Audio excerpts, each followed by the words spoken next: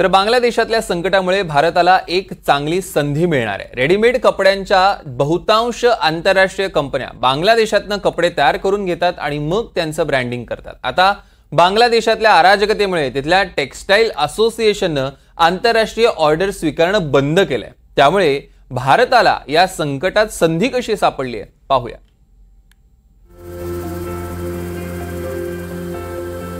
कोल्हापुरातले हे यंत्रमाग 24 तास खडखडत असतात। आता या यंत्रमागावरचं काम आणखी वाढण्याची शक्यता आहे, कारण बांगलादेशमधल्या अस्थिरतेचा फायदा भारतातल्या वस्त्रोद्योग क्षेत्राला होणार आहे।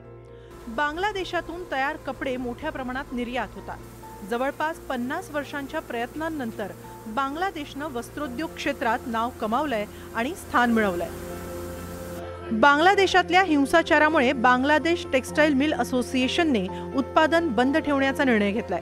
त्यामुळे बांगलादेशकडे असलेली इतर देशांची मागणी रद्द होण्याची शक्यता आहे। अशा वेळी तीच मागणी इतर देश भारताकडून पूर्ण करून घेऊ शकतात।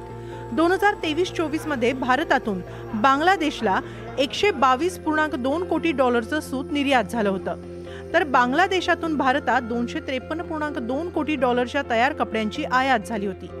बांगलादेशातल्या अस्थिरतेमुळे वस्त्रोद्योगातला 20% व्यवसाय भारताकडे वळू शकतो। सुमारे 400 कोटी रुपयांची मागणी पुढच्या काळात भारताला मिळू शकते। इंडिया के तरफ गारमेंट एक्सपोर्ट की इंक्वायरीज बढ़ जाएगी और वहाँ से गारमेंट एक्सपोर्ट जो बांग्लादेश अपने से 4 टाइम ज़्यादा एक्सपोर्ट करता है गारमेंट का, थोड़ा सा भी अगर वहाँ से इंक्वायरीज इंडिया की तरफ शिफ्ट होगी तो इंडिया में अगर गारमेंट का बिजनेस बढ़ेगा तो डोमेस्टिक में कपड़े का डिमांड बढ़ेगा। बांगलादेशवरच्या संकटात भारताला संधी मिळू शकते। आता मोठ्या प्रमाणात मिळणारी ऑर्डर पूर्ण करण्यासाठी भारतानं तयारी करायला हवी। भारतातील स्थिर राजकीय स्थिती, कोरोनानंतर बहरलेला वस्त्रोद्योग या भारतासाठी जमेच्या बाजू आहेत।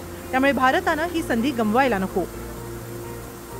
सध्याची परिस्थिती जर बघितणार तर ह्या बांगलादेश क्रायसिसमध्ये कदाचित आपल्याला शॉर्ट टर्म गेन तर नक्कीच होऊ शकतो आणि ह्या गेनमधून आपण फायदा घेणं जास्त इम्पॉर्टंट आहे। तर गव्हर्नमेंटने नक्कीच इन्फ्रास्ट्रक्चर द्यायला पाहिजे। फक्त वस्त्रोद्योगातून बांगलादेशातून जगभरामध्ये साधारण 3.5 ते 4,000 मिलियन डॉलरची प्रति महिना निर्यात होत असते, परंतु हा उद्योग ठप्प झाल्यामुळे यातील काही व्यवसाय भारताकडे डायव्हर्ट होऊ शकतो।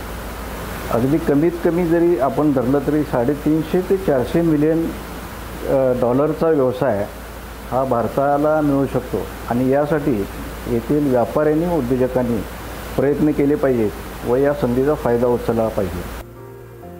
बांगलादेशात निर्माण झालेल्या अस्थिर राजकीय परिस्थितीमुळे भारतात वस्त्रोद्योगाचा फायदा होईल या अपेक्षेनं प्रमुख वस्त्रोद्योग निर्यातदार कंपन्यांचे शेअर्सही सध्या वधारले। बांगलादेशात पुढच्या काही काळात राजकीय स्थैर्य निर्माण होणं कठीण आहे। त्यामुळे इतर देशातल्या कंपन्या बांगलादेशपेक्षा भारतावर विश्वास दाखवतील असा अंदाज आहे। मात्र त्याच वेळी चीन, व्हिएतनाम सारखे देशही या स्पर्धेत उतरायला सज्ज आहेत। असं असताना भारतानं चाणाक्षपणे योग्य वेळी फायदा करून घेतला तर वस्त्रोद्योग क्षेत्रासाठी गेम चेंजर ठरणार आहे। कोल्हापूरहून विशाल पुजारीसह ब्युरो रिपोर्ट, NDTV मराठी।